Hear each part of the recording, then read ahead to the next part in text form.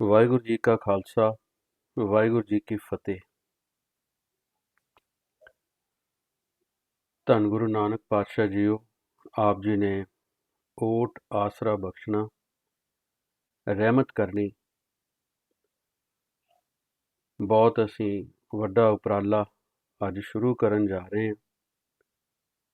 ਜਿਸ ਤਰ੍ਹਾਂ ਆਪ ਜੀ ਨੇ ਪਿੱਛੇ ਬਖਸ਼ਿਸ਼ ਕੀਤੀ ਹੈ, ਇਸੇ ਤਰ੍ਹਾਂ ਹੀ ਬਖਸ਼ਿਸ਼ ਆਪ ਜੀ ਨੇ ਅਗਾਂਹ ਵੀ ਕਰਨੀ। ਸਮੂਹ ਸੰਗਤ ਨੂੰ ਸ਼ਬਦ ਗੁਰਬਾਣੀ ਦੇ ਨਾਲ ਜੋੜ ਕੇ ਰੱਖਣਾ। ਆਪਾਂ ਪਿਛਲੀ ਵਾਰੀ ਕੁਝ ਨੁਕਤੇ ਸਾਹਮਣੇ ਰੱਖੇ ਸੀਗੇ ਜਪ ਬਾਣੀ ਦੇ ਬਾਰੇ। ਜਿਵੇਂ ਤੁਸੀਂ ਇਹ ਸਕਰੀਨ ਦੇਖ ਰਹੇ ਹੋ, ਪਹਿਲਾ ਨੁਕਤਾ ਇਹ ਹੈ ਕਿ ਆਹ ਦੇਖੋ, ਜਪ ਮਹੱਲਾ ਪਹਿਲਾ।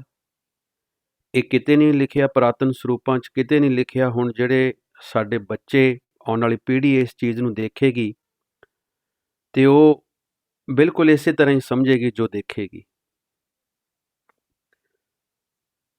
ਦੂਸਰੀ ਗੱਲ, ਜਪ ਬਾਣੀ ਦਾ ਸਿਰਲੇਖ ਹੈ ਜੱਜਾ ਪੱਪਾ।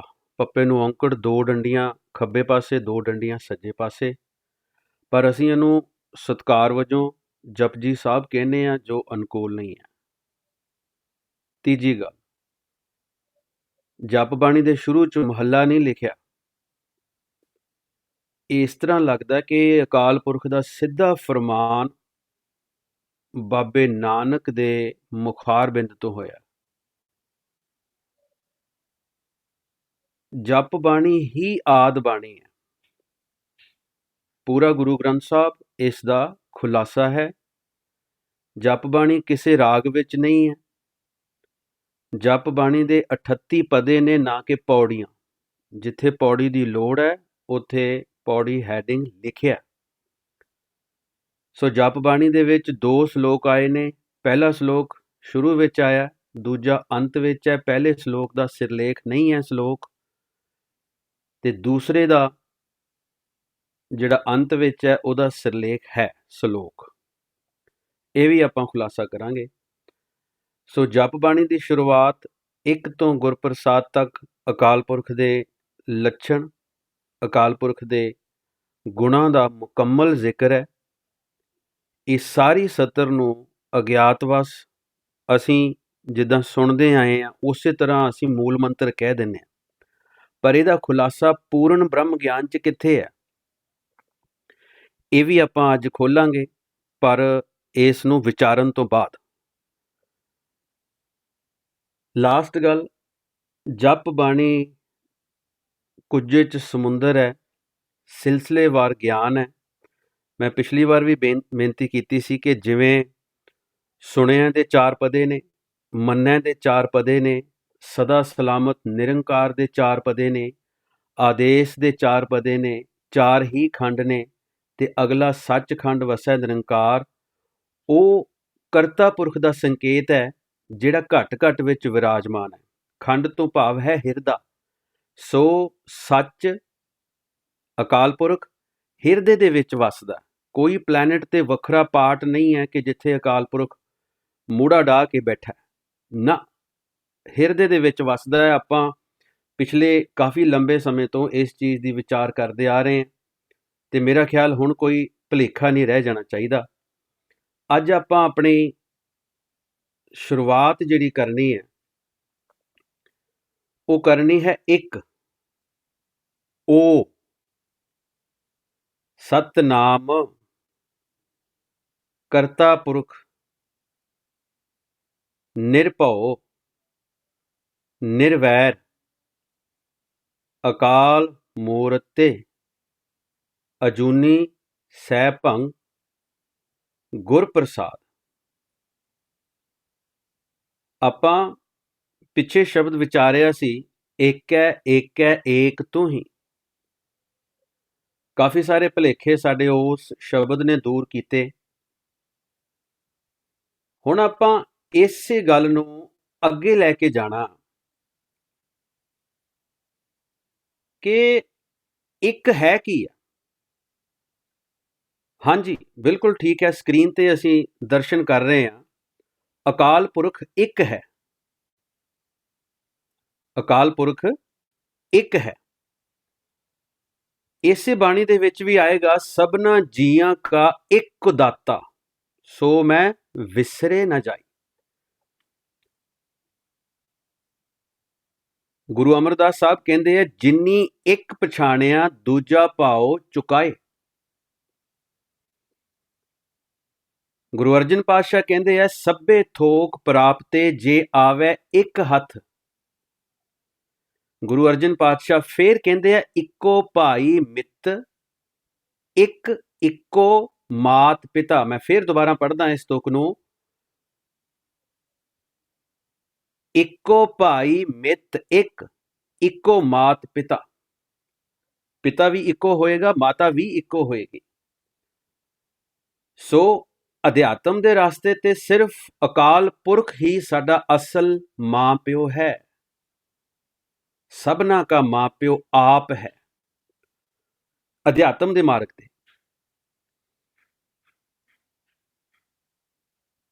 ਹੁਣ ਇਸ ਇੱਕ ਨੂੰ ਅਸੀਂ ਕਹਿੰਦੇ ਹਾਂ ਅਕਾਲ ਪੁਰਖ ਇੱਕ ਹੈ।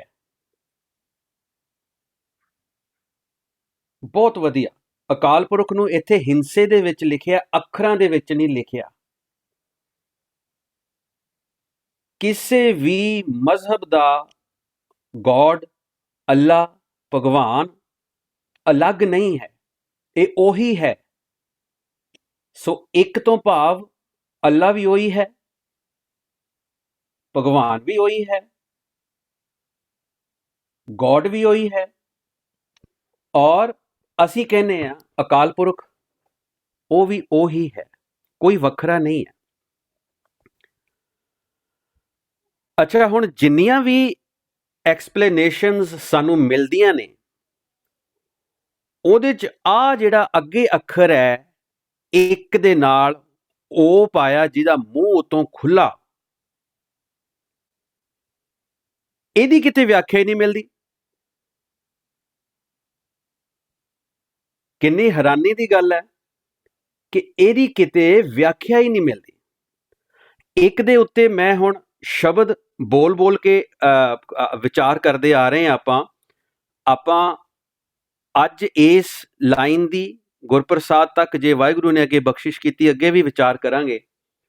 ਲੇਕਿਨ ਇਹ ਇੱਕ ਨੂੰ ਆਪਾਂ ਪਹਿਲਾਂ ਖੋਲੀਏ ਕਿ ਦੋਏ ਕਰ ਜੋੜ ਇੱਕ ਬਿਨੋ ਸੁਨੀਜੈ। ਇੱਕ ਨੂੰ ਦੋਏ ਕਰ ਜੋੜ ਇੱਕ ਦੇ ਅੱਗੇ ਅਰਦਾਸ ਬਿਨੋ ਸੁਨੀਜੈ। ਇਹ ਨਹੀਂ ਆ ਵੀ ਇੱਕ ਬਿਨੋ ਸੁਨੀਜੈ। ਸੋ ਇਹ ਭੁਲੇਖੇ ਅਸੀਂ ਸਾਰੇ ਕੱਢਣੇ। ਕੀ ਬੇਨਤੀ ਕੀ ਹੈ? ਕਰ ਕਿਰਪਾ ਡੁੱਬਦਾ ਪੱਥਰ ਲੀਜੈ। ਹੁਣ ਅਸੀਂ ਤੇ ਬੇਨਤੀਆਂ ਕਈ ਕਰ ਦਿੰਦੇ ਹਾਂ, ਸਾਨੂੰ ਆ ਵੀ ਚਾਹੀਦਾ, ਆ ਵੀ ਚਾਹੀਦਾ, ਆ ਵੀ ਚਾਹੀਦਾ। ਨਾ, ਦੋਏ ਕਰ ਜੋੜ ਇੱਕ ਬਿਨੋ ਕਰੀਜੈ, ਕਰ ਕਿਰਪਾ ਡੁੱਬਦਾ ਪੱਥਰ ਲੀਜੈ। ਨਾਨਕ ਕਉ ਪ੍ਰਭ ਭਏ ਕਿਰਪਾਲਾ, ਪ੍ਰਭ ਨਾਨਕ ਮਨ ਭਾਣਾ ਜੀਓ। ਬਹੁਤ ਐਗਜ਼ਾਮਪਲਸ ਨੇ। ਇੱਕ ਵਿਸਾਰ ਦੂਜੈ ਲੋਭਾਇਆ, ਇਹ ਮਨ ਮੈਲਾ ਇੱਕ ਨਾ ਧਿਆਏ।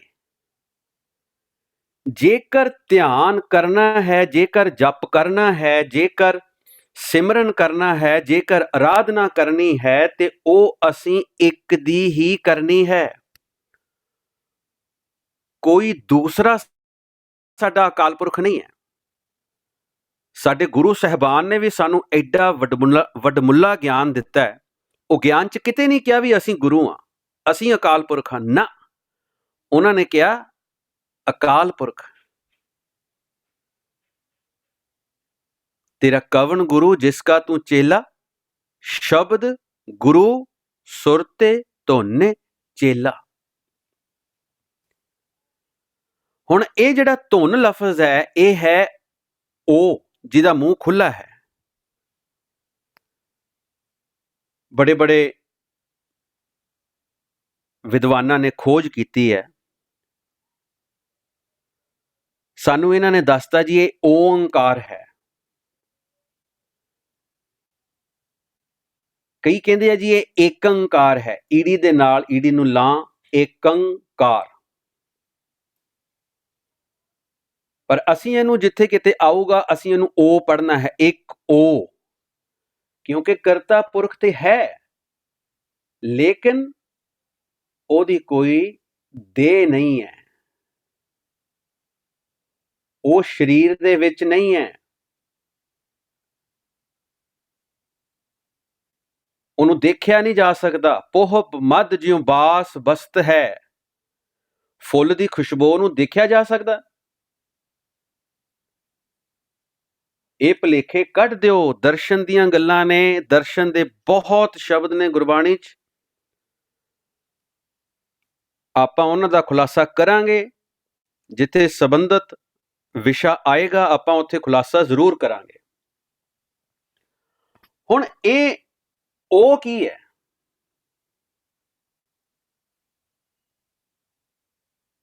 ਜਪੀਐ ਸਹਿਜ ਧੁਨੀ ਹਾਂ, ਹਰ ਹਰ ਹਰ ਗੁਨੀ ਹਾਂ। ਜਪੀਐ ਸਹਿਜ ਧੁਨੀ ਹਾਂ, ਸਾਧੂ ਰਸਨ ਭਨੀ ਹਾਂ। ਛੂਟਨ ਬਿਦ ਸੁਨੀ ਹਾਂ, ਪਾਈਐ ਵੱਡ ਪੁੰਨੀ ਮੇਰੇ ਮਨਾ। ਕਰਤਾ ਪੁਰਖ ਇੱਕ ਹੈ ਔਰ ਉਹ ਧੁਨ ਰੂਪ ਹੈ।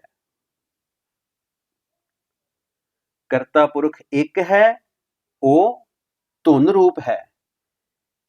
ਇਹਦੇ ਦੋ ਖੁਲਾਸੇ ਅਸੀਂ ਅੱਜ ਕਰਨੇ ਚਾਹਾਂਗੇ। ਜਾਸ ਜਪਤ ਸੁਣ ਅਨਹਤ ਧੁਨੈ, ਧੁਨ ਦੇ ਉੱਤੇ ਬਹੁਤ ਐਕਸਪਲੇਨੇਸ਼ਨ ਸਾਨੂੰ ਗੁਰਬਾਣੀ 'ਚ ਅੱਗੇ ਮਿਲਦੀ ਹੈ। ਪੀਰ ਗਈ ਬਾਂਦੀ ਮਨ ਧੀਰਾ, ਮੋਹਿਓ ਅਨੰਦ ਧੁਨੀ। ਅਨਹਦ ਚੋਜ ਭਗਤ ਭਵ ਭੰਜਨ, ਅਨਹਦ ਵਾਜੇ ਧੁਨੀਐ ਰਾਮ। ਗ੍ਰਹਿ ਤਾਕੇ ਬਸੰਤ ਗਨੀ, ਜਾ ਕਹਿ ਕੀਰਤਨ ਹਰ ਧੁਨੀ। ਇਸੇ ਨੂੰ ਕੀਰਤਨ ਕਿਹਾ ਹੈ। ਇਹ ਜਿਹੜਾ ਧੁਨੀ ਦਾ ਵੱਜਣਾ, ਜਦੋਂ ਇਹ ਧੁਨੀ ਨੂੰ ਬ੍ਰਹਿਮੰਡ ਚੋਂ ਅਸੀਂ ਸਾਡੀ ਆਪਣੀ ਫ੍ਰੀਕੁਐਂਸੀ ਉਸ ਫ੍ਰੀਕੁਐਂਸੀ ਨਾਲ ਮੈਚ ਕਰਦੀ ਹੈ, ਇਹ ਧੁਨੀ ਬ੍ਰਹਿਮੰਡ ਦੀ ਸੁਣਨੀ ਸ਼ੁਰੂ ਹੋ ਜਾਂਦੀ ਹੈ। ਸੁਣਿਆ ਸਿੱਧ ਪੀਰ ਸੁਰਨਾਥ ਅੱਗੇ ਆਏਗਾ, ਉੱਥੇ ਜਾ ਕੇ ਆਪਾਂ ਇਸ ਦਾ ਖੁਲਾਸਾ ਕਰਾਂਗੇ। ਫਿਰ ਕਿਲਬਿਖ ਬਿਨਸੇ ਗਾਏ ਗੁਨਾ, ਅੰਨ ਦਿਨ ਉਪਜੀ ਸਹਿਜ ਧੁਨਾ। ਅਕਾਲ ਪੁਰਖ ਦਾ ਨਾਮ ਜਪ ਜਪ ਕੇ, ਗੁਣ ਗਾ ਗਾ ਕੇ ਮਾੜੇ ਕਰਮ ਪਾਪ ਕਿਲਵਿਖ ਖਤਮ ਕੀਤੀ, ਔਰ ਉਸ ਸਿੱਖ ਦੇ ਅੰਦਰ ਅੰਨ ਦਿਨ ਉਪਜੀ ਸਹਿਜ ਧੁਨਾ। ਹਰ ਵੇਲੇ ਨਿਰੰਤਰ, ਜਿਹਦਾ ਕੋਈ ਅੰਤ ਨਹੀਂ ਹੈ, ਉਹ ਧੁਨ ਉਸ ਗੁਰਸਿੱਖ ਦੇ ਅੰਦਰ ਉਪਜ ਪੈਂਦੀ ਹੈ। ਹੁਣ ਮੈਂ ਸਕਰੀਨ ਤੇ ਦੋ ਸ਼ਬਦ ਸ਼ੇਅਰ ਕਰਨਾ ਚਾਹੂੰਗਾ। ਪਹਿਲਾ ਹੈ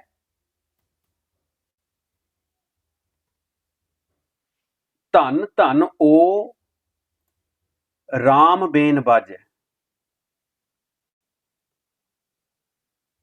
ਮਾਲੀ ਗੌੜਾ ਬਾਣੀ ਭਗਤ ਨਾਮਦੇਵ ਜੀ ਕੀ, ਇੱਕ ਓ ਸਤਿਗੁਰ ਪ੍ਰਸਾਦ, ਧੰਨ ਧੰਨ ਓ ਰਾਮ ਬੇਨ ਬਾਜੇ। ਇੱਥੇ ਹੁਣ ਆਪਾਂ ਇਹਨੂੰ ਕੀ ਓਂਕਾਰ ਪੜਾਂਗੇ। ਇਹ ਸਾਫ਼ ਇਸ਼ਾਰਾ ਨਹੀਂ ਹੈ ਕਿ ਸਾਨੂੰ ਇਹਨੂੰ ਓ ਪੜਨਾ ਹੈ, ਔਰ ਬੇਨ ਦੇ ਨੰਨੇ ਨੂੰ ਔਂਕੜ ਹੈ ਕਿ ਦੁਨਿਆਵੀ ਬੇਨ ਨਹੀਂ ਹੈ, ਇਹ ਸੂਖਸ਼ਮ ਧੁਨੀ ਦੀ ਗੱਲ ਹੈ। ਮਧੁਰ ਮਧੁਰ ਧੁਨ ਅਨਹਤ ਗਾਜੈ ਰਹਾਓ।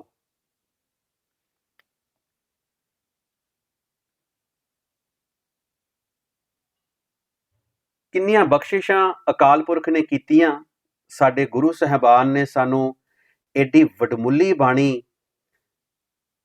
ਪ੍ਰਦਾਨ ਕੀਤੀ, ਲੇਕਿਨ ਅਸੀਂ ਉਸ ਦੀ ਕਦਰ ਨਹੀਂ ਪਾ ਸਕੇ, ਨਹੀਂ ਪਾ ਸਕੇ ਅਸੀਂ ਕਦਰ। ਫਿਰ ਹੈ ਦੂਸਰੀ ਬਾਣੀ 'ਚ ਐਗਜ਼ਾਮਪਲ ਹੈ ਰਾਮਕਲੀ ਮਹੱਲਾ ਪਹਿਲਾ, ਦੱਖਣੀ ਓਂਕਾਰ। ਇੱਕ ਉਹ ਸਤਿਗੁਰ ਪ੍ਰਸਾਦ ਓਂਕਾਰ ਬ੍ਰਹਮਾ ਉਤਪਤ, ओंकार किया जिन चित, ओंकार सैल जुग भये, ओंकार वेद निर्मय, ओंकार शब्दे उधरे, ओंकार गुरमुख तरे, ओ नम अखर सुनो विचार।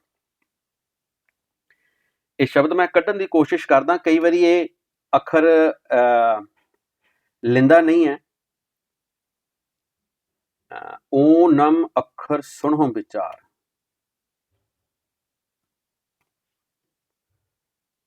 ਨਹੀਂ ਇਹ ਸ਼ਬਦ ਨਹੀਂ ਆ ਰਿਹਾ ਇੱਥੇ।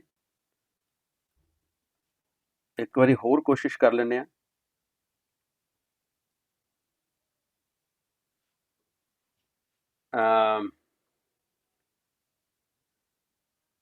एक मिनट, सॉरी। ओंकार किया जिन चित, नहीं ये शब्द नहीं आ रहा, लेकिन तुसी नोट कर सकते हैं। पन्ना नंबर 900 कुछ ते है, दखणी ओंकार दी बाणी इत्थों ही शुरू हुंदी है। ओ नम अखर सुनो विचार, जिथे लोड़ सी ओंकार कहण दी, उत्थे ओंकार रारे नूं सिहारी भी पाई है, उत्थे ओंकार रारे नूं औंकड़ भी पाया। पर लेकिन इत्थे जो पातशाह सानू एक्सप्लेन करना चाह रहे हैं शुरुआत दे विच, ਉਹ ਧੁਨ रूप अकाल पुरख ਜਿਹੜਾ ਇੱਕ ਹੈ ਉਸ ਦੇ ਬਾਰੇ ਗੱਲ ਕਰ ਰਹੇ ਹੈ। ਧੁਨ रूप ਅਕਾਲ ਪੁਰਖ ਨੂੰ ਜਿੱਦਣ ਅਸੀਂ ਆਪਣੇ ਵਰਗੇ ਸਰੂਪ ਚ ਮੰਨ ਲਿਆ ਕਿ ਉਹਦੇ ਦਰਸ਼ਨ ਹੋਣਗੇ, ਅਸੀਂ ਫੇਲ ਹੋ ਜਾਾਂਗੇ, ਅਸੀਂ ਉਹੀ ਚਿਤਵਦੇ ਰਵਾਂਗੇ। ਇਹ ਜਿਹੜੀ ਦੂਸਰੀ ਐਗਜ਼ਾਮਪਲ ਮੈਂ ਦਿੱਤੀ ਹੈ, ਓਨਮ ਅੱਖਰ ਸੁਣੋ ਵਿਚਾਰ, ਇਹ ਹੈ पेज नंबर 929, 929, दखणी ओंकार ਦੀ ਬਾਣੀ। सो सबना जियां का एक दाता, एक अकाल पुरख, एक अकाल पुरख है, लेकिन वो है धुन रूप। हर इको करता एक, हर इको करता एक, इको दीवान हर, कोई दूजा है ही नहीं है। अगे है सत्य नाम। हुण इनू कहंदे जी ओदा नाम सच्चा है। बड़ा सौखी गल है भी जे रब है तो ओदा नाम सच्चा है। पर ये इन्ना कह के असी पासे हो जाइए,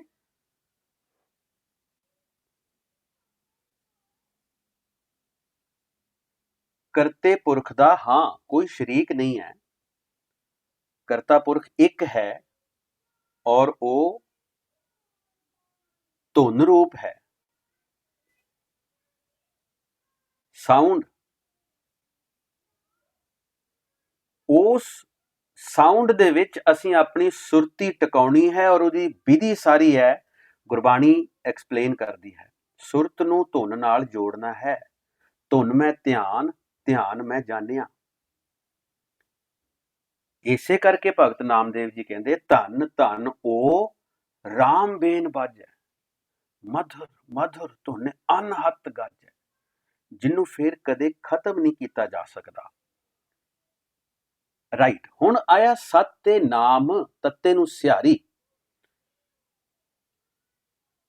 हुण असी काम करना है, असी कर्म करना है, सानू हुक्म है कि असी नाम अभ्यास करना है। असी कामयाब किन्ने हुन्ने आ, ये साडी मेहनत और करते पुरख की किरपा ते निर्भर है। हर एक दे कर्म वखरे ने, हर एक दी कमाई वखरी है।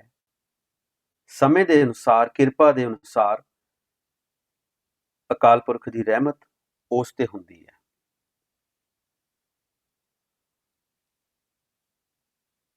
हुण असीं कहने मधुर मधुर धुन अनहत गाजै। ਅਨਹਤ ਮਤਲਬ ਜਿਹਨੂੰ ਖਤਮ ਨਹੀਂ ਕੀਤਾ ਜਾ ਸਕਦਾ। ਅਸੀਂ ਇਹ ਸ਼ਬਦ ਵਿਚਾਰ ਰਹੇ ਹਾਂ ਪਿੱਛੇ। ਸੋ ਸੱਤੇ ਜਦੋਂ ਤੱਤੇ ਨੂੰ ਸਿਹਾਰੀ ਪੈ ਗਈ ਹੈ,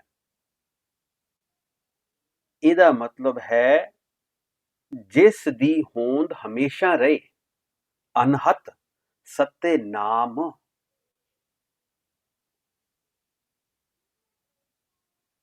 ਔਰ ਇੱਥੇ ਨਾਮ ਜਿਹੜਾ ਹੈ ਮੰਮੇ ਨੂੰ ਔਂਕੜ ਹੈ, ਇਹ ਇੱਕ ਅਵਸਥਾ ਹੈ, ਇਹ ਇੱਕ ਸਟੇਜ ਹੈ ਜਿਹੜੀ ਸ਼ਬਦ ਅਭਿਆਸ ਤੋਂ ਬਾਅਦ ਸਾਨੂੰ ਮਿਲਦੀ ਹੈ, ਜਿਹਨੂੰ ਸੱਤੇ ਨਾਮ ਕਿਹਾ ਹੈ। ਇੱਕ ਦੀ ਗੱਲ ਕਰ ਦਿੱਤੀ ਉਹਨਾਂ ਨੇ, ਉਹਦੇ ਸਰੂਪ ਦੀ ਗੱਲ ਕਰ ਦਿੱਤੀ, ਉਹਦੇ ਵਿੱਚ ਕਿ ਉਹ ਧੁਨ ਰੂਪ ਹੈ।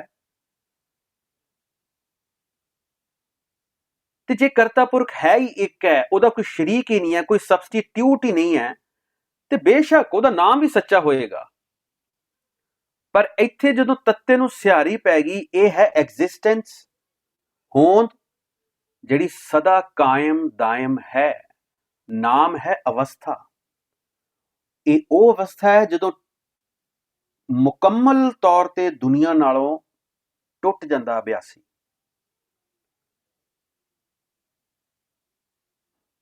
ਕੋਈ ਜ਼ਿੰਮੇਵਾਰੀ ਨਹੀਂ, ਕੋਈ ਅਟੈਚਮੈਂਟ ਨਹੀਂ ਹੈ, ਨਥਿੰਗ।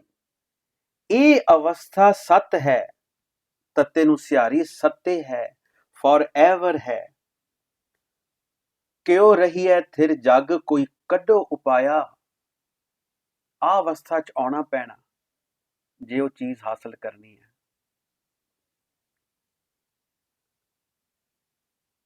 ਸੋ ਇਹ ਅਵਸਥਾ ਸਦਾ ਵਾਸਤੇ ਕਾਇਮ ਦਾਇਮ ਹੈ। 4 ਪਦਾਰਥਾਂ ਦਾ ਅਸੀਂ ਜ਼ਿਕਰ ਕਰਕੇ ਆਏ ਹਾਂ, ਜਨਮ, ਗਿਆਨ, ਮੁਕਤ, ਨਾਮ। ਪਹਿਲੇ 3 ਪਦਾਰਥ ਹਾਸਲ ਕਰਕੇ ਇਹ ਚੌਥੀ ਅਵਸਥਾ ਹੈ। ਚੌਥੇ ਪਦ ਮੈਂ ਸਹਿਜ ਹੈ। ਇਹ 5 5 5 5 5 ਸਾਰੇ ਪਾਸੇ ਲਈ ਫਿਰਦੇ ਹੈ।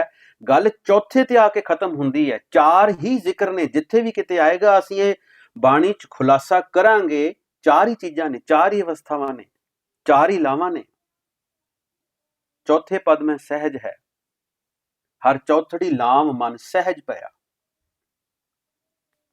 ਸੋ ਇਹ ਉਹ ਅਵਸਥਾ ਹੈ ਜਿੱਥੇ ਅਭਿਆਸੀ ਟੋਟਲੀ ਡਿਟੈਚਡ ਹੋ ਜਾਂਦਾ ਹੈ।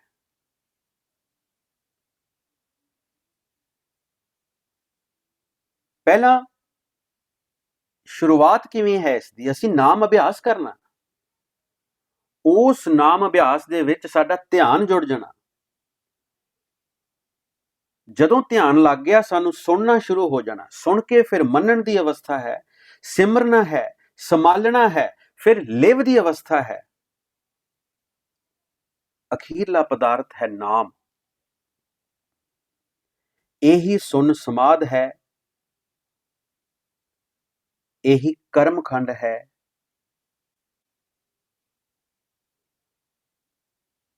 ਤੇ ਤੁਸੀਂ ਇਮੈਜਿਨ ਕਰਕੇ ਦੇਖੋ, ਦੁਨੀਆ 'ਚ ਅਸੀਂ ਵੀ ਰਹਿ ਰਹੇ ਹਾਂ, ਆਪਾਂ ਸਾਰੇ ਰਹਿ ਰਹੇ ਹਾਂ, ਕਿ ਉਹ ਅਵਸਥਾ ਕੈਸੀ ਹੋਏਗੀ ਸੁਨ ਸਮਾਧ ਦੀ, ਕਿ ਜਿੱਥੇ ਕੋਈ ਡਿਮਾਂਡ ਹੀ ਨਹੀਂ ਹੈ, ਕੋਈ ਮੰਗ ਹੀ ਨਹੀਂ ਹੈ। ਇਕੱਲਾ ਨਾਮ ਅਭਿਆਸੀ ਮੌਜ ਦੇ ਵਿੱਚ ਉਸ ਬ੍ਰਹਮੰਡੀ ਧੁਨੀਆਂ ਦੇ ਵਿੱਚ ਆਨੰਦ ਮਾਣ ਰਿਹਾ, ਕਰਮਖੰਡ ਦੀ ਅਵਸਥਾ ਦੇ ਵਿੱਚ ਖੇਡ ਰਿਹਾ। ਕਰਤਾ ਪੁਰਖ, ਤੂੰ ਕਰਤਾ ਸਚਿਆਰ ਮੈਂਡਾ ਸਾਈਂ, ਕਰਤਾ ਤੂੰ ਮੇਰਾ ਜਜਮਾਨ। ਹੁਣ ਇਹ ਐਸਾ ਕਰਤਾ ਹੈ, ਐਸਾ ਰਚਨਹਾਰ ਹੈ। ਸੋ ਪੁਰਖ ਨਿਰੰਜਨ, ਹਰ ਪੁਰਖ ਨਿਰੰਜਨ, ਹਰ ਅਗੰਮਾ ਅਗੰਮ ਅਪਾਰਾ।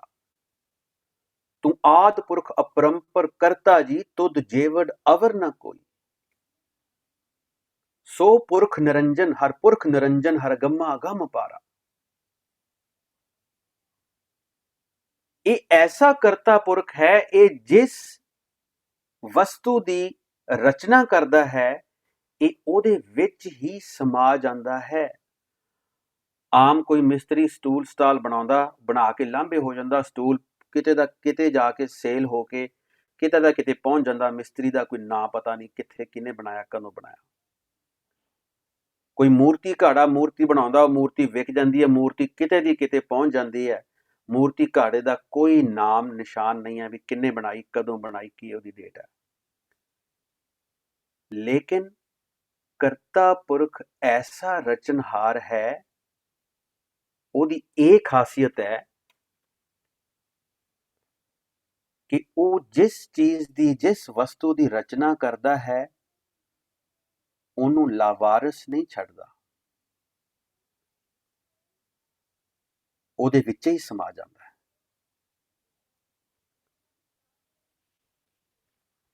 ਇਹ ਹੈ ਕਰਤਾ ਪੁਰਖ। ਕਿਆ ਕਹੂੰ ਸੁਣੋ ਸੁਆਮੀ ਤੂੰ ਵੱਡ ਪੁਰਖ ਸੁਜਾਣਾ। ਫਿਰ ਆਦਿ ਪੁਰਖ ਅਪਰੰਪਰ ਆਪੇ। ਫਿਰ ਮਨ ਕਰ ਹੱਲਾ ਸਤਿਗੁਰ ਪੁਰਖ ਧਿਆਏ। ਇਹਦੇ ਪੁਰਖ ਨੂੰ ਔਂਕੜ ਹੈ।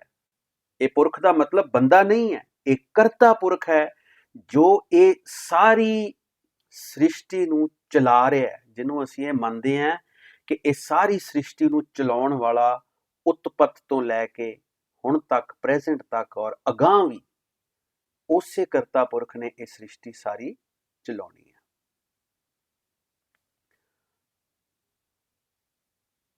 ਫਿਰ ਆ ਗਈ ਗੱਲ, ਹਰ ਇੱਕੋ ਕਰਤਾ ਇੱਕ, ਇੱਕੋ ਦੀਵਾਨ ਹਰ।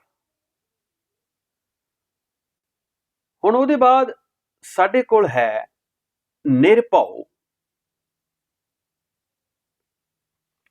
ਨਿਰਭਉ ਦੇਖੋ, ਜਿੱਥੇ ਕਿਤੇ ਲਫ਼ਜ਼ ਉਹਨਾਂ ਨੇ ਡਰ ਵਾਸਤੇ ਵਰਤਿਆ ਹੈ, ਉਹ ਵਰਤਿਆ ਭੈ। ਇਹ ਜਿਹੜਾ ਭਉ ਹੈ, ਅੱਗੇ ਵੀ ਲਫ਼ਜ਼ ਆਏਗਾ, ਸਿਰ ਸਿਰ ਰਿਜਕ ਸੰਭਾਹੇ ਠਾਕੁਰ ਕਾਹੇ ਮਨ ਭਉ ਕਰਿਆ। ਮਨ ਰੇ ਸੱਚ ਮਿਲੈ ਭਉ ਜਾਏ। ਮਨ ਰੇ ਸੱਚ ਮਿਲੈ ਭਉ ਜਾਏ। ਅਕਾਲ ਪੁਰਖ ਦੀ ਪ੍ਰਾਪਤੀ ਤੋਂ ਬਾਅਦ ਇਹ ਨਹੀਂ ਹੈ ਵੀ ਡਰ ਦੂਰ ਹੋ ਜਾਂਦਾ। ਕਮਾਲ ਹੋ ਗਈ, ਡਰ ਤੇ ਇੱਥੇ 10-10 ਹਜ਼ਾਰ ਫੁੱਟ ਦੀ ਉਚਾਈ ਤੋਂ ਜਹਾਜ਼ ਤੋਂ ਜੰਪ ਕਰ ਦਿੰਦੇ ਨੇ ਪੈਰਾਸ਼ੂਟ ਪਾ ਕੇ। ਸਭ ਤੋਂ ਉੱਚੀਆਂ ਮਾਊਂਟੇਨ ਐਵਰੈਸਟ ਦੀਆਂ ਚੋਟੀਆਂ ਸਾਰੇ ਵਿਅਕਤੀ ਸਰ ਕਰ ਚੁੱਕੇ ਨੇ। ਜੇ ਅਕਾਲ ਪੁਰਖ ਨੂੰ ਮਿਲਣ ਤੋਂ ਬਾਅਦ ਹੀ ਡਰ ਜਾਣਾ, ਫਿਰ ਤੇ ਕਮਾਲ ਆ ਭਾਈ। ਅਸੀਂ ਤੇ ਸਾਰੇ ਫਿਰ ਡਰ ਕੇ ਹੀ ਰਵਾਂਗੇ। ਉਹ ਬਾਣੀ ਵਿਚਾਰੀਏ, ਮਨ ਰੇ ਸੱਚ ਮਿਲੈ ਭਉ ਜਾਏ। ਅਕਾਲ ਪੁਰਖ ਨਾਲ ਮਿਲਣ ਤੋਂ ਬਾਅਦ, ਉਸ ਅਵਸਥਾ ਦੀ ਪ੍ਰਾਪਤੀ ਤੋਂ ਬਾਅਦ ਅਸੀਂ ਮਾਇਆ 'ਚ ਨਹੀਂ ਭਵਾਂਗੇ। ਮਾਇਆ ਦੀਆਂ ਭੁਆਂਟਣੀਆਂ ਸਾਨੂੰ ਨੁਕਸਾਨ ਨਹੀਂ ਕਰ ਸਕਣਗੀਆਂ। ਡਰਦਾ ਉਹ ਹੈ ਜਿਹਦਾ ਸਰੀਰ ਹੋਵੇ। ਰੱਬ ਤੇ ਇੱਕ ਪ੍ਰਕਾਸ਼ ਹੈ, ਰੱਬ ਤੇ ਇੱਕ ਧੁਨ ਹੈ। ਸੋ ਭਉ ਨੂੰ ਡਰ ਕਹਿਣਾ ਗਲਤ ਹੈ।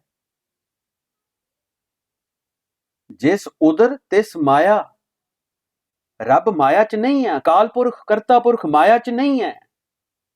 ਉਹ ਮਾਇਆ ਦੀਆਂ ਭਵੰਟਣੀਆਂ ਤੋਂ ਦੂਰ ਹੈ। ਇਹ ਹੈ ਨਿਰਭਉ।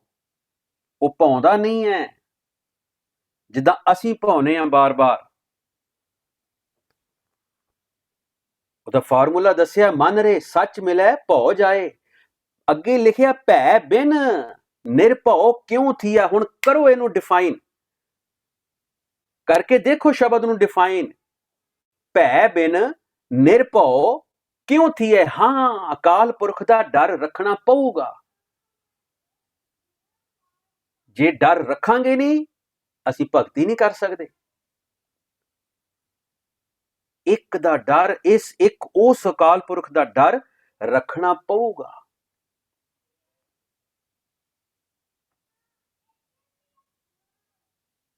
ਮਨ ਰੇ ਸੱਚ ਮਿਲੈ ਭਉ ਜਾਏ, ਸ਼ਬਦ ਨੋਟ ਕਰ ਲਓ, ਵੈਰੀ ਵੈਰੀ ਇੰਪੋਰਟੈਂਟ। ਇੱਥੇ ਦੋਨੇ ਗੱਲਾਂ ਰਹਾਉ ਦੀ ਤੁਕ ਦੇ ਵਿੱਚ ਆ ਰਹੀਆਂ ਨੇ। ਭੈ ਬਿਨ ਨਿਰਭਉ ਕਿਉਂ ਥੀਐ, ਗੁਰਮੁਖੇ ਸ਼ਬਦੇ ਸਮਾਏ। ਜਦੋਂ ਤੱਕ ਪਰਮਾਤਮਾ ਦਾ ਡਰ ਮਨ ਦੇ ਵਿੱਚ ਨਾ ਹੋਇਆ, ਅਸੀਂ ਨਿਰਭਉ ਨਹੀਂ ਹੋ ਸਕਦੇ, ਮਾਇਆ ਤੋਂ ਨਹੀਂ ਬਚ ਸਕਦੇ।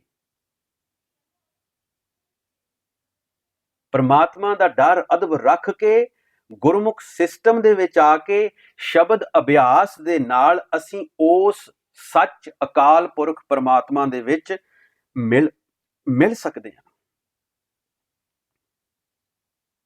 ਹੋਰ ਐਗਜ਼ਾਮਪਲ ਲਾ ਲਈਏ।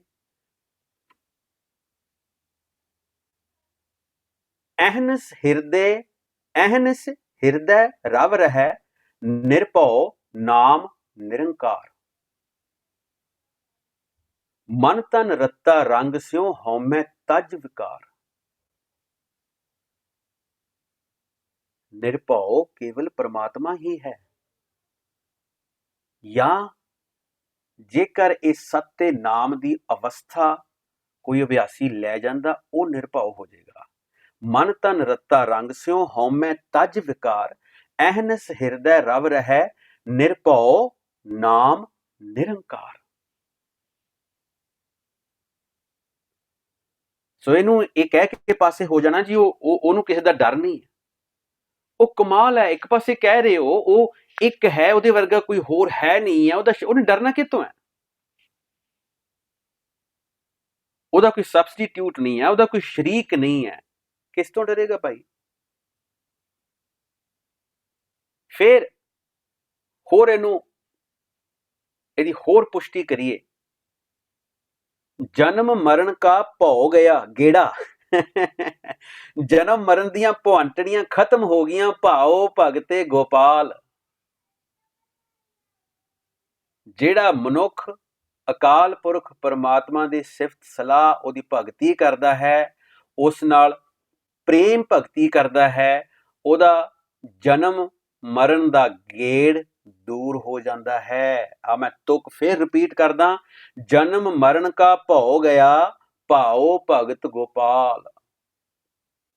ਅੱਗੇ ਪਤਾ ਕੀ ਲਿਖਿਆ? ਅੱਗੇ ਲਿਖਿਆ ਸਾਧੂ ਸੰਗ ਤੇ ਨਿਰਮਲਾ, ਆਪ ਕਰੇ ਪ੍ਰਤਪਾਲ। ਹੋਰ ਅੱਗੇ ਸੁਣ ਲਓ, ਕਹਿੰਦੇ ਜਨਮ ਮਰਨ ਕੀ ਮਲ ਕੱਟੀ ਹੈ, ਗੁਰ ਦਰਸ਼ਨ ਦੇਖ ਨਿਹਾਲ। ਜੂਨਾਂ ਤੋਂ ਮੁਕਤ ਹੋਣਾ ਹੀ ਪਰਮਾਤਮਾ ਦੀ ਪ੍ਰਾਪਤੀ ਹੈ। ਉਸੇ ਮੁਕਤੀ ਦੇ ਵਿੱਚ ਦਰਸ਼ਨ ਹੈ, ਉਹ ਵੀ ਕੋਈ ਦਰਸ਼ਨ ਦੇਹ ਦਾ ਨਹੀਂ ਹੈ। ਸਤਿਗੁਰ ਕੀ ਮਹਿਮਾ ਸਤਿਗੁਰ ਜਾਣੇ, ਇਸ ਬਾਰੇ ਮੈਂ ਹਲੇ ਬਿਆਨ ਨਹੀਂ ਦੇ ਸਕਦਾ ਕਿ ਉਹ ਦਰਸ਼ਨ ਕਿਸ ਤਰ੍ਹਾਂ ਦਾ ਹੈ। ਜੇ ਰਹਿਮਤ ਕੀਤੀ, ਬਖਸ਼ਿਸ਼ ਹੋਈ ਅਕਾਲ ਪੁਰਖ ਦੀ, ਜ਼ਰੂਰ ਇਹਦਾ ਖੁਲਾਸਾ ਕਰਾਂਗੇ।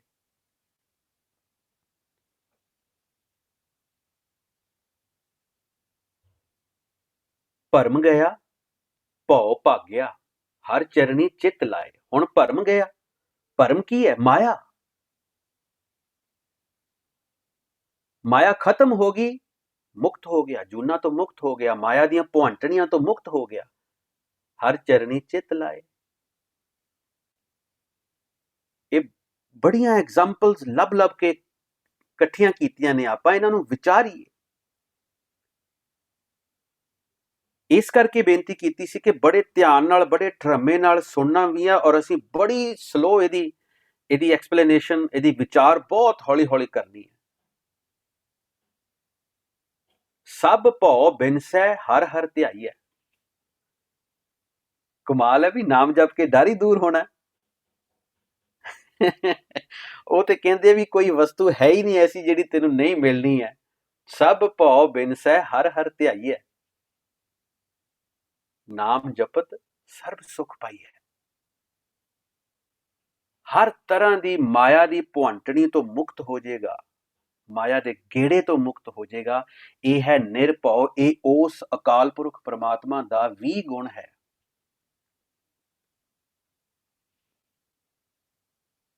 आओ जी हुण अगे चलीए। अगे अखर है निर्वैर। अच्छा वो कहते हैं जी वो वैर नहीं करता जी किस नाल। कमाल दी गल है, करता पुरख वो सृष्टि दा हर एक जीव दा रचनहारा ओ ते ओ वैर करूगा। ਉਹ ਜੇ ਵੈਰ ਹੀ ਕਰਨਾ ਸੀ ਉਹਨੇ ਰਚਨਾ ਹੀ ਕਿਉਂ ਸੀ? ਜੇ ਉਹਨੇ ਵੈਰ ਹੀ ਕਰਨਾ ਸੀ, ਮਨ ਦੇ ਵਿੱਚ ਦਵੈਤ ਹੀ ਉਹਨੇ ਲੈ ਕੇ ਆਉਣਾ ਸੀ ਆਪਣੇ, ਤੇ ਉਹਨੇ ਰਚਨਾ ਹੀ ਕਿਉਂ ਸੀ? ਵੈਰ ਨਹੀਂ ਕਰਦਾ। ਵਾਹ ਭਈ, ਉਹ ਵੈਰ ਵਿਰੋਧ ਵਾਲੀ ਕੋਈ ਗੱਲ ਨਹੀਂ ਇੱਥੇ। ਇੱਥੇ ਹੈ ਪੰਜ ਇਲਤਾਂ ਦੀ ਗੱਲ ਜੋ ਬੰਦੇ ਦੀ ਪ੍ਰਵਿਰਤੀ ਹੈ, ਉਹ ਰੱਬ ਦੀ ਨਹੀਂ ਹੈ।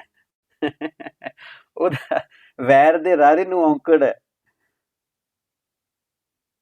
ਪੰਜ ਇਲਤਾਂ ਜੋ ਬੰਦੇ ਦੀ ਪ੍ਰਵਿਰਤੀ ਹੈ ਉਹ ਰੱਬ ਦਾ ਗੁਣ ਨਹੀਂ ਹੈ, ਅਕਾਲ ਪੁਰਖ ਦਾ ਗੁਣ ਨਹੀਂ ਹੈ। ਉਹ ਪੰਜਾਂ ਤੋਂ ਪਰੇ ਹੈ।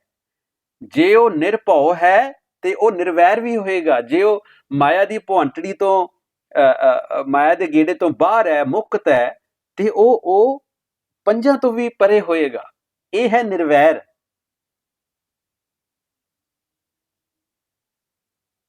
ਕਿਆ ਗੁਣ ਨੇ ਪਾਤਸ਼ਾਹ ਦੇ, ਕਿਆ ਗੁਣ ਨੇ ਉਸ ਇੱਕ ਅਕਾਲ ਪੁਰਖ ਦੇ, ਜਿਹੜਾ ਧੁਨ ਰੂਪ ਹੈ, ਜਿਹੜਾ ਸਦਾ ਕਾਇਮ ਦਾਇਮ ਹੈ, ਜਿਹੜਾ ਐਸਾ ਕਰਤਾ ਪੁਰਖ ਹੈ, ਜਿਹੜਾ ਇੱਕ ਵਾਰੀ ਕੋਈ ਚੀਜ਼ ਸਾਜ ਦਿੰਦਾ ਉਹਦੇ ਵਿੱਚੇ ਸਮਾ ਜਾਂਦਾ, ਜਿਹੜਾ ਮਾਇਆ 'ਚ ਨਹੀਂ ਪਾਉਂਦਾ, ਔਰ ਪੰਜ ਵੈਰੀ ਜਿਹਦੇ ਕੱਖ ਨਹੀਂ ਵਿਗਾੜ ਸਕਦੇ, ਉਹ ਪੰਜਾਂ ਤੋਂ ਮੁਕਤ ਹੈ। ਇਹ ਅਕਾਲ ਪੁਰਖ ਦਾ ਗੁਣ ਹੈ। ਅੱਗੇ ਹੈ ਅਕਾਲ ਮੂਰਤੇ। ਅਕਾਲ ਮੂਰਤੇ ਜਿਸ ਤਰ੍ਹਾਂ ਦੀ ਵੀ ਅਕਾਲ ਪੁਰਖ ਦੀ ਮੂਰਤ ਹੈ, ਸਰੂਪ ਹੈ, ਦਿੱਖ ਹੈ, ਸਾਨੂੰ ਨਹੀਂ ਪਤਾ ਹਲੇ। ਸਾਡੇ ਲਈ ਤੇ ਗੁਰਬਾਣੀ ਹੈ ਸਾਰਾ ਕੁਝ।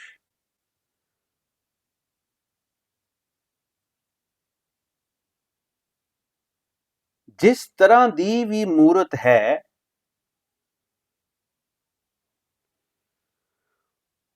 ਉਸ ਨੂੰ ਕਾਲ ਨਹੀਂ ਪਹੁੰਚ ਸਕਦਾ, ਸਮਾਂ ਉਹਨੂੰ ਮੁਕਾ ਨਹੀਂ ਸਕਦਾ। ਇਸੇ ਕਰਕੇ ਉਹਨੂੰ ਕਿਹਾ ਆਦਿ ਸੱਚ, ਜੁਗਾਦਿ ਸੱਚ, ਹੈ ਭੀ ਸੱਚ, ਨਾਨਕ ਹੋਸੀ ਭੀ ਸੱਚ। ਇਹਦੇ ਬਾਰੇ ਆਪਾਂ ਸਾਰੇ ਜਾਣਦੇ ਹਾਂ। ਸਮਾਂ ਉਸ ਦੀ ਦਿੱਖ ਨੂੰ ਮੁਕਾ ਨਹੀਂ ਸਕਦਾ। ਅਜੂਨੀ ਜੂਨ ਤੇ ਤਾਂ ਹੋਏਗੀ ਜੇ ਦੇਹ ਹੋਏਗੀ। ਜੇ ਦੇਹ ਹੀ ਨਹੀਂ ਹੈ ਤੇ ਜੂਨ ਵੀ ਨਹੀਂ ਹੈ। ਇਸ ਕਰਕੇ ਉਹ ਅਜੂਨੀ ਹੈ। ਰੱਬ ਦਾ ਕੋਈ ਸਰੀਰ ਨਹੀਂ ਹੈ, ਉਹ ਹੈ ਹੀ ਜੂਨਾਂ ਤੋਂ ਪਰੇ ਹੈ ਹੀ ਮਾਇਆ ਤੋਂ ਪਰੇ ਹੈ। ਸੈਭੰ ਜੋ ਵੀ ਹੈ ਉਹ ਆਪਣੇ ਆਪ 'ਚ ਹੀ ਹੈ, ਸੈਲਫ ਇਲੂਮੀਨੇਟਿਡ। ਇਸ ਬਾਰੇ ਕਿਸੇ ਨੂੰ ਕੋਈ ਜਾਣਕਾਰੀ ਨਹੀਂ। ਜੇ ਧੁਨ ਵੀ ਹੈ, ਕਿੰਨੀ ਹੈ, ਐਕਸਪਲੇਨੇਸ਼ਨ ਆਏਗੀ ਅੱਗੇ ਗੁਰਬਾਣੀ 'ਚ, ਪਰ ਆਪਾਂ ਹਾਲੀ ਇੱਥੇ ਜੋ ਅਸੀਂ ਹਾਂ ਉਹਦੇ ਹਿਸਾਬ ਨਾਲ ਹੀ ਅਸੀਂ ਵਿਆਖਿਆ ਕਰਨੀ ਹੈ, ਉਹਦੇ ਹਿਸਾਬ ਨਾਲ ਹੀ ਅਸੀਂ ਖੋਜ ਕਰਨੀ ਹੈ। ਜੇ ਧੁਨ ਵੀ ਹੈ, ਕਿੰਨੀ ਹੈ, ਘੱਟ ਹੈ, ਵੱਧ ਹੈ, ਮੀਡੀਅਮ ਹੈ, ਕਿਵੇਂ ਦੀ ਹੈ, ਕੋਈ ਇਹਦੇ ਬਾਰੇ ਜਾਣਕਾਰੀ ਨਹੀਂ ਹੈ। ਉਹ ਸੈਲਫ ਸਟਾਈਲਡ ਹੈ, ਉਹ ਆਪਣੇ ਆਪ ਤੋਂ ਬਣਿਆ, ਉਹ ਆਪਣੇ ਆਪ ਤੋਂ ਉਪਜਿਆ।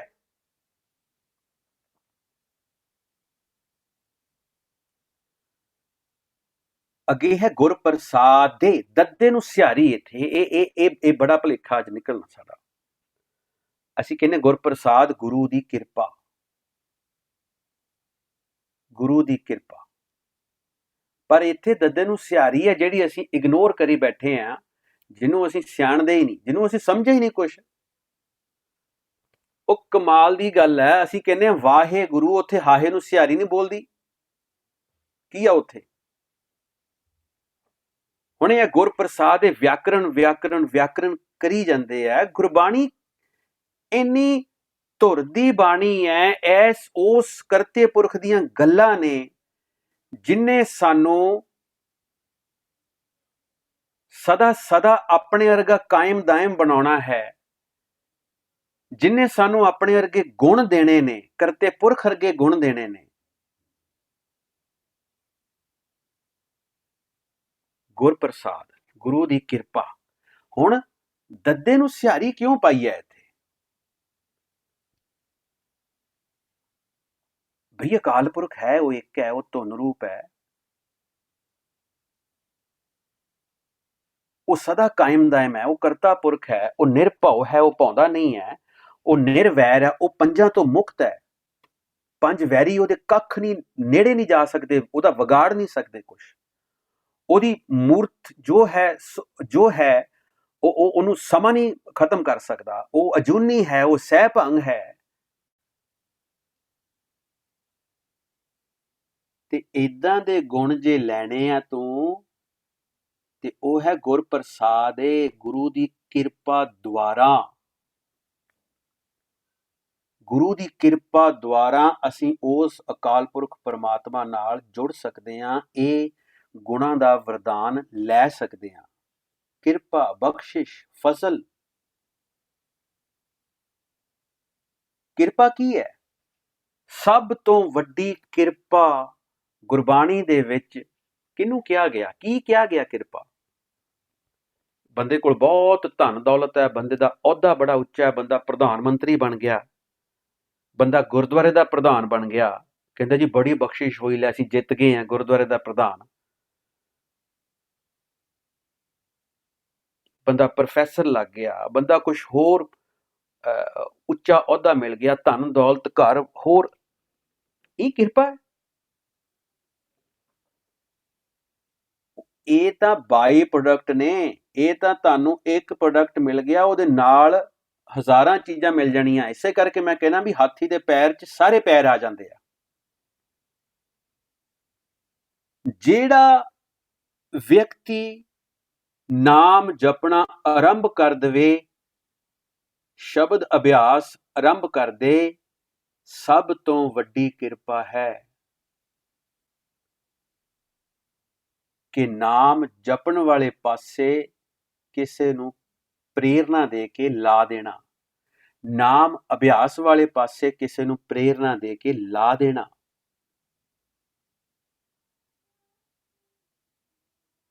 ਇਹੀ ਕਿਰਪਾ ਹੈ।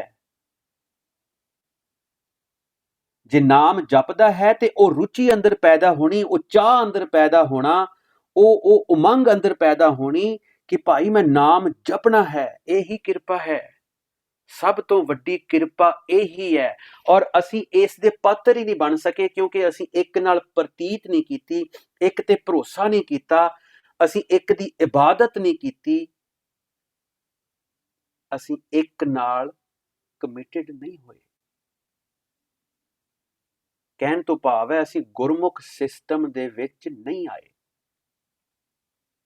ਜਿਹੜੇ ਸਿਸਟਮ ਦੀ ਅਸੀਂ ਪਿਛਲੇ 1.5 ਸਾਲ ਤੋਂ ਗੱਲ ਕਰਦੇ ਆ ਰਹੇ ਹਾਂ। ਇੱਥੇ ਲੱਗਦਾ ਜੀ ਫੁੱਲ ਸਟਾਪ। ਮੈਂ ਫੇਰ ਇੱਕ ਵਾਰੀ ਹਾਈ ਲੈਵਲ ਰੈਪੀਟੀਸ਼ਨ ਕਰ ਰਿਹਾ। ਅਕਾਲ ਪੁਰਖ ਇੱਕ ਹੈ, ਉਹ ਧੁਨ ਰੂਪ ਹੈ। ਸੱਤੇ ਨਾਮ, ਉਹ ਇੱਕ ਐਸੀ ਅਵਸਥਾ ਹੈ ਜਿਹੜੀ ਸਦਾ ਕਾਇਮ ਦਾਇਮ ਹੈ। ਉਹ ਕਰਤਾ ਪੁਰਖ ਹੈ, ਜਿਸ ਚੀਜ਼ ਦੀ ਰਚਨਾ ਕਰਦਾ ਹੈ ਉਹਦੇ ਵਿੱਚ ਹੀ ਬੈਠਦਾ ਹੈ, ਉਹਦੇ ਵਿੱਚ ਹੀ ਰਹਿੰਦਾ ਹੈ, ਉਹਦੇ ਵਿੱਚ ਹੀ ਸਮਾ ਜਾਂਦਾ ਹੈ। ਮਾਇਆ ਦੀਆਂ ਭੁਆਂਟਣੀਆਂ ਤੋਂ ਪਰੇ ਹੈ, ਨਿਰਭਉ ਹੈ, ਮਾਇਆ 'ਚ ਭੌਂਦਾ ਨਹੀਂ ਹੈ। ਨਿਰਵੈਰ ਹੈ, ਉਹ ਵੈਰਾਂ ਤੋਂ ਮੁਕਤ ਹੈ। ਜਿਹੜੀ 5 ਵੈਰੀਆਂ ਦੀ ਗੱਲ ਕੀਤੀ ਗਈ ਹੈ, ਅਕਾਲ ਪੁਰਖ ਮੁਕਤ ਹੈ। ਅਕਾਲ ਮੂਰਤ ਹੈ, ਉਹ ਐਸਾ ਸਰੂਪ ਹੈ, ਕਾਲ ਉਹਨੂੰ ਪੋ ਨਹੀਂ ਸਕਦਾ, ਸਮਾਂ ਉਹਨੂੰ ਖਰਾਬ ਨਹੀਂ ਕਰ ਸਕਦਾ, ਸਮਾਂ ਉਹਨੂੰ ਖਤਮ ਨਹੀਂ ਕਰ ਸਕਦਾ। ਉਹ ਅਜੂਨੀ ਹੈ, ਜੂਨਾ ਚ ਨਹੀਂ ਆਉਂਦਾ, ਉਹ ਸਹਿ ਭੰਗ ਹੈ, ਉਹ ਸੈਲਫ ਸਟਾਈਲ ਹੈ, ਸੈਲਫ ਡਿਜ਼ਾਈਨਡ ਹੈ। ਤੇ ਐਸੀ ਅਵਸਥਾ, ਐਸੇ ਗੁਣ ਜੇਕਰ ਤੂੰ ਲੈਣੇ ਹੈ, ਉਹ ਗੁਰੂ ਦੀ ਕਿਰਪਾ ਦੇ ਦੁਆਰਾ ਹੀ ਮਿਲ ਸਕਦੇ ਆ। ਗੁਰ ਪ੍ਰਸਾਦੇ। ਆ ਜਾ ਫਿਰ ਨਾਮ ਜਪਣ ਵਾਲੇ ਪਾਸੇ ਲੱਗ ਜਾ, ਸ਼ਬਦ ਅਭਿਆਸ ਨੂੰ ਲੱਗ ਜਾ। ਇੱਥੇ ਇਹ ਡੰਡੀਆਂ ਦੋ ਪੈ ਗਈਆਂ, ਫੁੱਲ ਸਟਾਪ। ਅਗਲੀ ਲਾਈਨ ਸ਼ੁਰੂ ਹੁੰਦੀ ਹੈ, ਔਰ ਅਗਲੀ ਲਾਈਨ ਲੈਫਟ ਸਾਈਡ ਤੋਂ ਨਹੀਂ ਸ਼ੁਰੂ ਹੁੰਦੀ। ਇੱਥੇ ਸਕਰੀਨ ਤੇ ਦਰਸ਼ਨ ਹੋ ਰਿਹਾ, ਲੇਕਿਨ ਸਰੂਪ 'ਚ ਜਦੋਂ ਦਰਸ਼ਨ ਕਰੋਗੇ ਬਿਲਕੁਲ ਸੈਂਟਰ ਦੇ ਵਿੱਚ ਅੱਖਰ ਪਾਇਆ ਹੈ ਜਪ। ਜੱਜਾ ਪੱਪਾ ਪੱਪੇ ਨੂੰ ਔਂਕੜ, ਖੱਬੇ ਪਾਸੇ ਦੋ ਡੰਡੀਆਂ, ਸੱਜੇ ਪਾਸੇ ਦੋ ਡੰਡੀਆਂ। ਬਈ ਆ ਹੈਡਿੰਗ ਹੈ ਸਾਰੇ ਗੁਰੂ ਗ੍ਰੰਥ ਸਾਹਿਬ ਦਾ ਹੁਕਮ, ਨਾਮ ਅਭਿਆਸ, ਨਾਮ ਦਾ ਜਪਣਾ। ਸਾਰੇ ਗੁਰੂ ਗ੍ਰੰਥ ਸਾਹਿਬ ਦਾ ਹੁਕਮ ਹੈ। ਹੁਕਮ ਦੇ ਨਾਲ ਹੈ, ਪੱਪੇ ਨੂੰ ਔਂਕੜ ਹੈ, ਖਾਸੀਅਤ ਹੈ, ਹੁਕਮ ਹੈ, ਔਰ ਇਹਦੇ ਇਰਦ ਗਿਰਦ ਸਾਰਾ ਗਿਆਨ ਘੁੰਮਣਾ ਹੈ। ਇਹਦੇ ਇਰਦ ਗਿਰਦ ਸਾਰਾ ਗਿਆਨ ਚੱਲਣਾ ਹੈ। ਇਹਦੇ ਇਰਦ ਗਿਰਦ ਸਾਰੀਆਂ ਅਵਸਥਾਵਾਂ ਚੱਲਣੀਆਂ ਨੇ।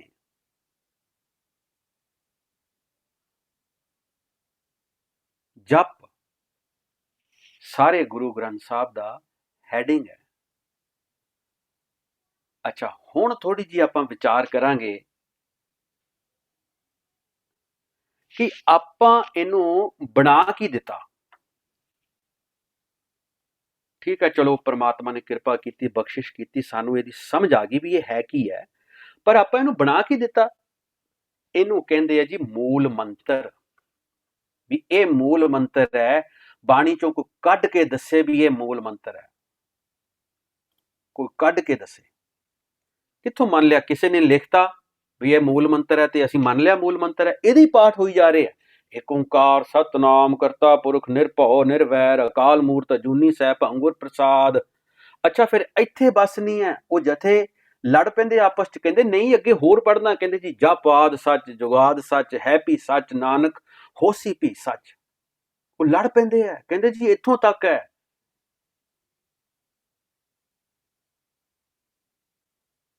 ਪਹਿਲੀ ਗੱਲ, ਇਹ ਜੋ ਵੀ ਹੈ ਇਹ ਇੱਥੋਂ ਤੱਕ ਹੈ। ਗੁਰ ਪ੍ਰਸਾਦ, ਇੱਥੇ ਫੁੱਲ ਸਟਾਪ ਪੈ ਗਿਆ, ਇਹ ਇੱਥੋਂ ਤੱਕ ਹੈ। ਸਕਰੀਨ ਦੇਖ ਲਓ, ਦੋ ਡੰਡੀਆਂ ਪੈ ਗਈਆਂ। ਹੁਣ ਆਪਾਂ ਸ਼ਬਦ ਵਾਲੇ ਪਾਸੇ ਚੱਲਦੇ ਹਾਂ। ਆ ਲਓ ਜੀ, ਬਾਬੇ ਨਾਨਕ ਦਾ ਸ਼ਬਦ ਹੈ, ਮੈਂ ਸਕਰੀਨ ਤੇ ਖੋਲ ਰਿਹਾ। 5ਵਾਂ ਅੰਕ ਹੈ ਸ਼ਬਦ ਦਾ, ਤੇ ਪੋਥੀ ਦਾ ਪੰਨਾ ਹੈਗਾ 1040 1040। ਰਾਗ ਮਾਰੂ ਮਹੱਲਾ ਪਹਿਲਾ। ਧੰਨ ਬਾਬਾ ਨਾਨਕ, ਕਿਆ ਸਾਨੂੰ ਕਮਾਲਾਂ ਹੀ ਕੀਤੀਆਂ, ਐਡੀ ਬਖਸ਼ਿਸ਼ ਕੀਤੀ ਬਾਬੇ ਨਾਨਕ ਨੇ ਵੀ ਜਿਹਦਾ ਕੋਈ ਅੰਤ ਨਹੀਂ। ਆ ਹੁੰਦੀ ਬਖਸ਼ਿਸ਼, ਆ ਹੁੰਦੀ ਕਿਰਪਾ। ਕਹਿੰਦੇ ਸੱਚ ਬਿਨ, ਇੱਥੇ ਚੱਚੇ ਨੂੰ ਔਂਕੜ ਭਾਵੇਂ ਨਹੀਂ ਹੈ, ਬਿੰਦ ਨੰਨੇ ਨੂੰ ਔਂਕੜ ਲੱਗ ਗਿਆ, ਲੇਕਿਨ ਇਹ ਲਫ਼ਜ਼ ਸੱਚ ਚੱਚੇ ਨੂੰ ਔਂਕੜ ਵਾਲਾ ਹੀ ਮੀਨਿੰਗ ਇਹਦਾ ਇੱਥੇ ਆਏਗਾ। ਸਤ ਸੰਤੋਖ ਨਾ ਪਾਵੈ, ਬਿਨ ਗੁਰ ਮੁਕਤੇ ਨਾ ਆਵੈ ਜਾਵੈ। ਮੂਲ ਮੰਤਰ ਹਰ ਨਾਮ ਰਸਾਇਣ, ਕਹੋ ਨਾਨਕ ਪੂਰਾ ਪਾਇਆ। ਮੇਰਾ ਖਿਆਲ ਹੈ ਵੀ ਕੋਈ ਭੁਲੇਖਾ ਨਹੀਂ ਰਹਿਣਾ ਚਾਹੀਦਾ ਵੀ ਮੂਲ ਮੰਤਰ ਕਿਹੜਾ ਹੈ। ਉਹ ਮੂਲ ਮੰਤਰ ਸ਼ਬਦ ਹੈ ਜਿਹਨੂੰ ਅਸੀਂ ਜਪਣਾ ਦਿਨ ਰਾਤ, ਜਿਹਦੀ ਆਰਾਧਨਾ ਕਰਨੀ ਆ। ਵਾਹਿਗੁਰੂ ਵਾਹਿਗੁਰੂ ਵਾਹਿਗੁਰੂ, ਆ ਵੈ ਮੂਲ ਮੰਤਰ, ਬੇਸਿਕ, ਬੇਸ, ਆਰੰਭ।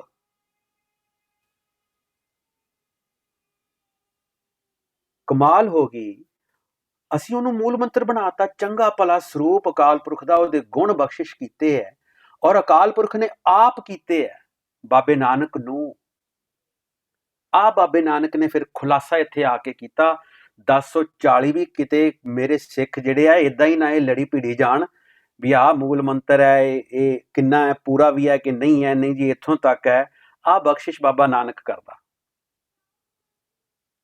सच बिन सत संतोख ना पावै। उस अकाल पुरख दे नाम तो बिना किसी होर दी सेवा करके, किसी होर दी आराधना करके असी आत्मक गुण वाला संतोख हासिल नहीं कर सकते। बिन गुर मुक्ते ना, उस अकाल पुरख दे नाम तो बिना मुक्ति नहीं है। जूना च पाउंदे रवांगे, माया च भुवंटड़ियां खांदे रवांगे, आवै जावै। की कर? मूल मंत्र हर नाम, वो शब्द का अभ्यास आरंभ कर, और यही शब्द का अभ्यास तेरी सब तो पहली जिहड़ी चीज है, ये रसायन बन जाएगी, ये दवाई बन जाएगी, ये एक ऐसा तेरा इलाज होएगा जिन्हें तेनों फिजिकली तो फिट रखना ही रखना, तेनों आत्मिक तौर ते भी तेनों फिट कर देगी। आत्मक तौर ते आत्मक राह ते मार्ग ते चलण जोगा हो जाएगा। कहो नानक पूरा पाया। पूरा कौन है? अकाल पुरख। नाम जिन्हों असी कहने वाहिगुरु वाहिगुरु वाहिगुरु,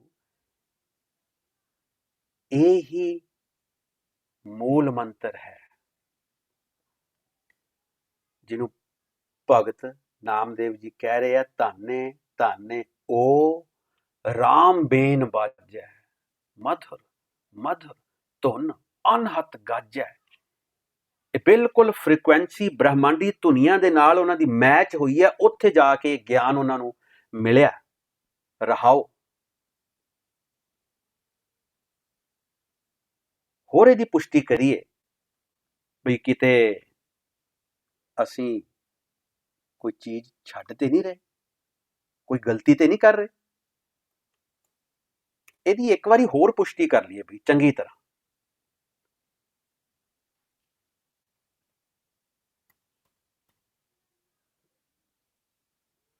यह है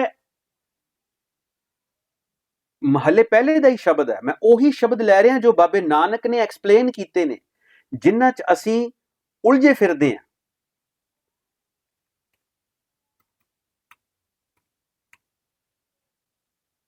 उही शब्द, उही चीज, उसे गल दी एक्सप्लेनेशन।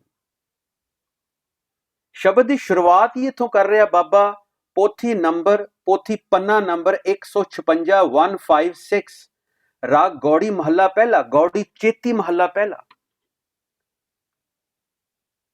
वो कहते हैं औखद मंत्र मूल मन एकै, जे कर दृढ़ चित कीजै रे, जन्म जन्म के पाप कर्म के काटन हारा लीजै रे।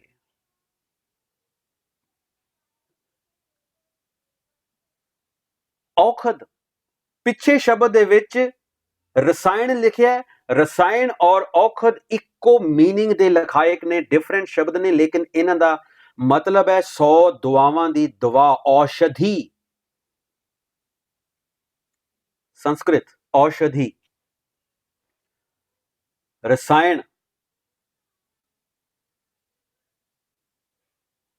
मंत्र मूल मन एक है, जेकर दृढ़ चित कीजै रे, जन्म जन्म के पाप कर्म के काटन हारा लीजै रे। किहड़ी चीज नूं असीं एक्सप्लेन करदे आ रहे हैं भी आ शब्द दे नाल साडे पाप खत्म होने हैं, साडे कर्म चंगे हो जाने हैं। किहड़ी चीज नूं जप के, किहड़ी चीज दा अभ्यास करके असीं उस परमात्मा तक पहुंच कर सकदे हैं जिहड़ा जिहड़ा अदृष्ट है, जिहड़ा अगोचर है, जिहड़ा अगम है। शब्द अभ्यास मूल दे लल्ले नूं औंकड़ इत्थे आ गया।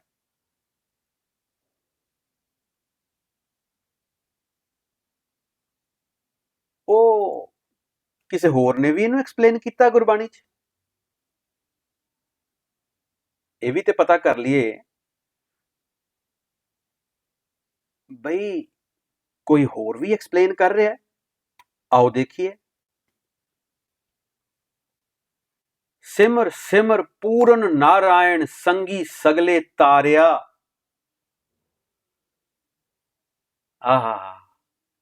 आ देखो औखद मंत्र मूल मन एकै, मन विश्वास प्रभ धारिया, चरण रेन बांछै नित नानक, पुनः पुनः बल हारिया। धनासरी महला पंजवां। ਉਹਦਾ ਰਹਾਉ ਕੀ ਕਹਿੰਦਾ? ਅਬ ਹਰ ਰਾਖਣਹਾਰ ਚਿਤਾਰਿਆ, ਜਿਹਨੇ ਸਾਨੂੰ ਰੱਖਣਾ ਉਹ ਸ਼ਬਦ ਹੈ,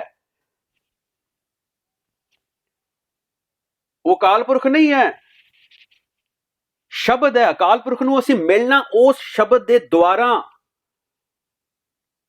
ਹਰ ਇੱਥੇ ਲਿਖਾਇਕ ਹੈ ਸ਼ਬਦ ਦਾ। ਅਬ ਹਰ ਰਾਖਣਹਾਰ ਚਿਤਾਰਿਆ, ਅਕਾਲ ਪੁਰਖ ਦੀ ਪ੍ਰਾਪਤੀ ਦਾ ਰਸਤਾ ਹੀ ਸ਼ਬਦ ਹੈ।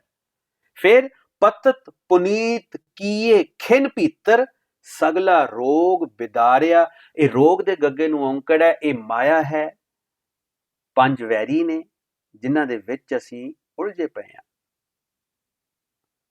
ਪਤਤ ਇੱਕ ਛਿਨ ਵਿੱਚ ਵਿਕਾਰੀ ਤੋਂ ਪਵਿੱਤਰ ਬਣਾਤਾ। ਪਤਤ ਪੁਨੀਤ ਕੀਏ ਖਿਨ ਭੀਤਰ, ਪਤਤ ਪੁਨੀਤ ਕੀਏ ਖਿਨ ਭੀਤਰ, ਸਗਲਾ ਰੋਗ ਬਿਦਾਰਿਆ। ਪਵਿੱਤਰ ਹੋ ਗਿਆ, ਮੁਕਤ ਹੋ ਗਿਆ, ਨਾਮ ਦੀ ਅਵਸਥਾ ਚ ਆ ਗਿਆ। ਇਹ ਹੈ ਪਵਿੱਤਰ ਹੋਣਾ। ਚੌਥੇ ਪਦ, ਕਰਮਖੰਡ ਦੇ ਵਿੱਚ ਖੇਡਣਾ, ਆਨੰਦ ਦੀ ਅਵਸਥਾ ਦੇ ਵਿੱਚ ਖੇਡਣਾ, ਦਸਮ ਦੁਆਰ ਦੀ ਅਵਸਥਾ ਦੇ ਵਿੱਚ ਖੇਡਣਾ, ਇਹ ਹੈ ਪੁਨੀਤ, ਪਵਿੱਤਰ ਹੋਣਾ। ਹੱਥ ਧੋ ਕੇ ਜਾਂ ਨਹਾ ਨੂੰ ਕੇ ਉਹ ਲਾਈਫ ਬॉय ਦੇ ਨਾਲ ਨਹੀਂ ਪਵਿੱਤਰ ਹੁੰਦਾ ਬੰਦਾ ਕਿ ਜੀ ਪਵਿੱਤਰ ਹੋ ਕੇ ਮੈਂ ਮਹਾਰਾਜ ਦੀ ਹਜ਼ੂਰੀ ਚ ਬਹਿ ਗਿਆ। ਆ ਹੈ ਅਵਸਥਾ, ਪੁਨੀਤ ਦੀ ਅਵਸਥਾ। ਸਗਲਾ ਰੋਗ ਬਿਦਾਰਿਆ, ਪੰਜਾਂ ਤੋਂ ਮੁਕਤ, ਜੂਨਾਂ ਤੋਂ ਮੁਕਤ, ਮਾਇਆ ਤੋਂ ਮੁਕਤ, ਉਹ ਹੈ ਪੁਨੀਤ। ਇਹ ਅਵਸਥਾ ਹਾਸਲ ਕਿੱਦਾਂ ਕਰਨੀ ਹੈ? ਅਬ ਹਰ ਰਾਖਣਹਾਰ ਚਿਤਾਰਿਆ। ਤੂੰ ਵੀ ਕਰ ਲਾ ਭਾਈ, ਆ ਜਾ। ਆ ਇੱਕ ਸ਼ਬਦ ਦੀ ਮੈਂ ਸਾਰੀ ਗੁਰਬਾਣੀ ਦੇ ਵਿੱਚ ਹੋਕਾ ਦੇ ਰਿਹਾ, ਤੂੰ ਵੀ ਨਾਮ ਜਪ ਲਾ, ਤੂੰ ਵੀ ਉਸ ਅਵਸਥਾ ਦਾ ਮਾਲਕ ਬਣ ਜਾ।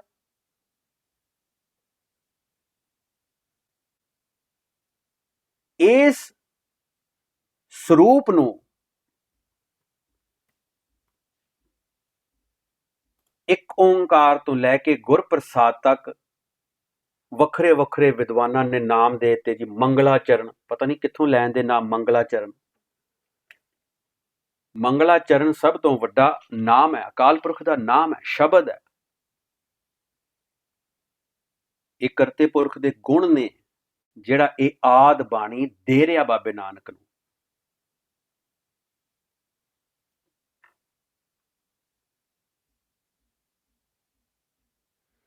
ਵਾਹਿਗੁਰੂ ਵਾਹਿਗੁਰੂ ਵਾਹਿਗੁਰੂ। ਸੋ ਇਹ ਅਕਾਲ ਪੁਰਖ ਦਾ ਓਟ ਆਸਰਾ ਲੈ ਕੇ, ਗੁਰਬਾਣੀ ਤੇ ਟੇਕ ਰੱਖ ਕੇ, ਗੁਰਬਾਣੀ ਨੂੰ